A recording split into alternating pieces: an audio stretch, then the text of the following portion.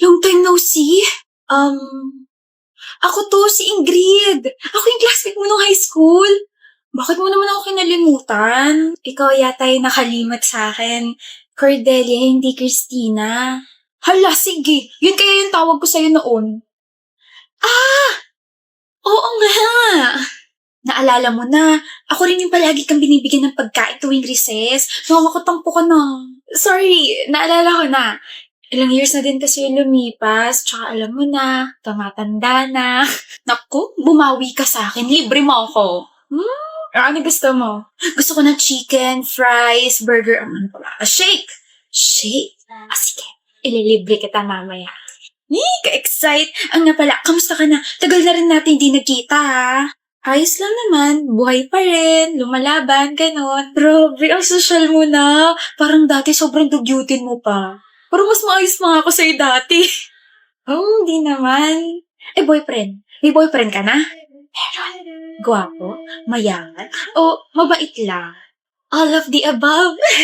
Kilig! Sana all may boyfriend kasi yung akin kakabreak ko lang sa jowa ko eh. Ikakasal ka na ba?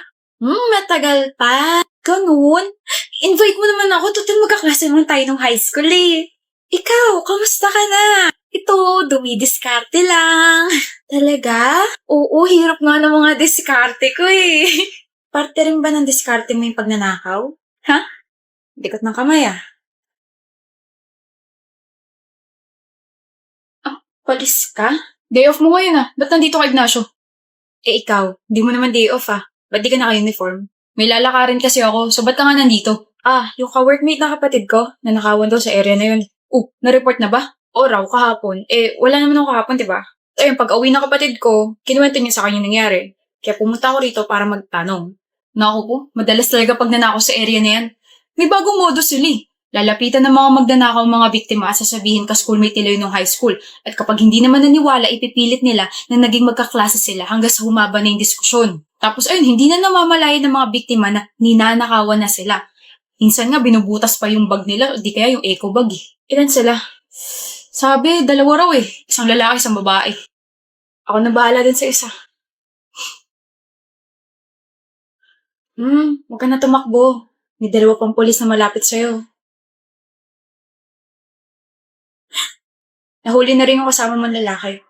Boyfriend mo raw yun? Akala ko break na kayo. Wala siyang kwenta. Garcia, dala mo na yan sa presinto. Sandali!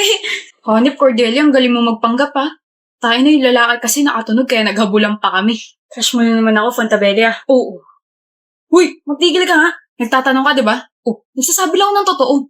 Palmo, tara na nga. Hi, miss. Nandiyan ba si Gabe? Sino yun? Si Gabe Mercado, yung gwapong mataling masungit. May ibibigay kasi ako sa kanyang buttered shrimp. Binili ko to. Kailangan kong galingin kasi pinipilahan siya ng mga students Wala. Walang Gabe Mercado rito. Pero sabi nila, dito raw yung department niya. Wala nga, may asawa na yun, may sipon baka mahawak. At saka, umakit yun na 7th floor, di na bumalik. 3 floors lang tong building na to. Alam ko. Kaya nga di ba sinabi ko, walang Gabe Mercado rito? Gabe! Sabi mo walang Gabe Mercado rito. Hello? Tawag mo ako? Ano? Buntis ka? Sige, good luck. Why did you do that, Fiona? Iyak ka na naman sa English mo I did what? 3 words yun. I'm so genius. Bakit mo sinabi wala ako rito? Wala ka naman talaga dun Kasama ka ba namin kanina Late ka kaya dumating? Alam naman sinungaling ako. Huwag kang ang pilosopo. Magiging piloto kasi ako. Baka philosopher. Parehas lang yun. Basta, ayaw kitang kausapin, Gabe. Ayaw mo talaga akong kausapin ng maayos. Gusto. Ano ba yun? Alam mo naman pagdating sa'yo, I can swallow my pride, my ego, my toes, my knees, my shoulders, my head. Are you jealous? Jealous? You don't even exist to me. Ano? Na-try ko na rin sa wakas yung linya na yun. Puro ganun kasi nasa FYP ko ngayon. Kung seryoso ka naman, Fiona. Seryoso naman ako Seryoso sa'yo. Ba't di mo dala yung buttered shrimp ni ate girl? Mukhang masarap pa naman yun. I hate that girl. Sabi niya wala ka raw dito. She's so papansin and so sinungaling. Anyway, hi Gabe. It's so nice to see you in person. I know maraming nagkakagusto sa'yo pero I wanna take the risk. I like you and itong buttered shrimp, is for you. Hindi ako kumakain yan. But they said favorite mo to. Yes, that's my favorite. Then, Miss, I have a girlfriend. Sandali. May girlfriend ka? Yes. And her name's Fiona. I know, right? What? Who's your girlfriend? Yung babae makulit kanina? Yeah, she's my girlfriend. She's Fiona. Nauna na siya sa pila? She's fast. Paano siya mauuna kung never naman siya pumila? Sa kanya na ako simula pa nung una. But this buttered shrimp. Hindi ako kumakain ng buttered shrimp kapag hindi luto ni Fiona. Sige, miss. Mag-go ahead. Epal mo naman. At paano ako naging epal? Epalo ko kaya sa itong kamay ko. Kakilig ka naman eh. Grabe, huwag mo na akong papakawalan, Gabe. Kawalan mo yun. I'm like a cray that can color your life. Whatever, Fiona.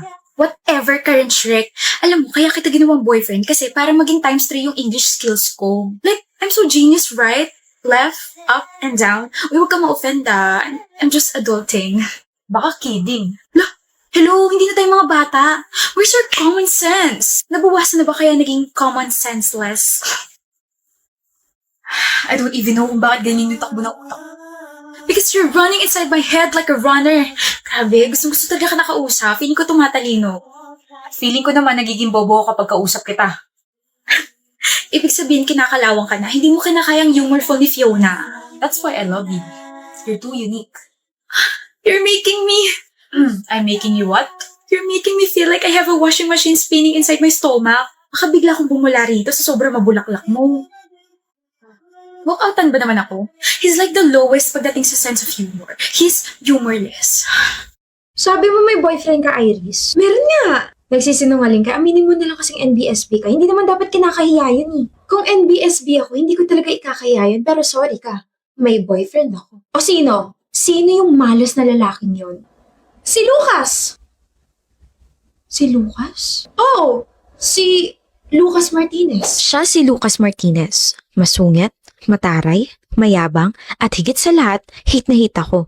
Yun nga lang, hindi alam ng marami na may mga atraso ko sa kanya. Nandyan yung nabato ko siya ng sapatos dahil na-frustrate ako sa score ko sa chemistry. Meron naman sa sobrang saya ko, tumama yung kamay ko sa leeg niya nang hindi sinasadya.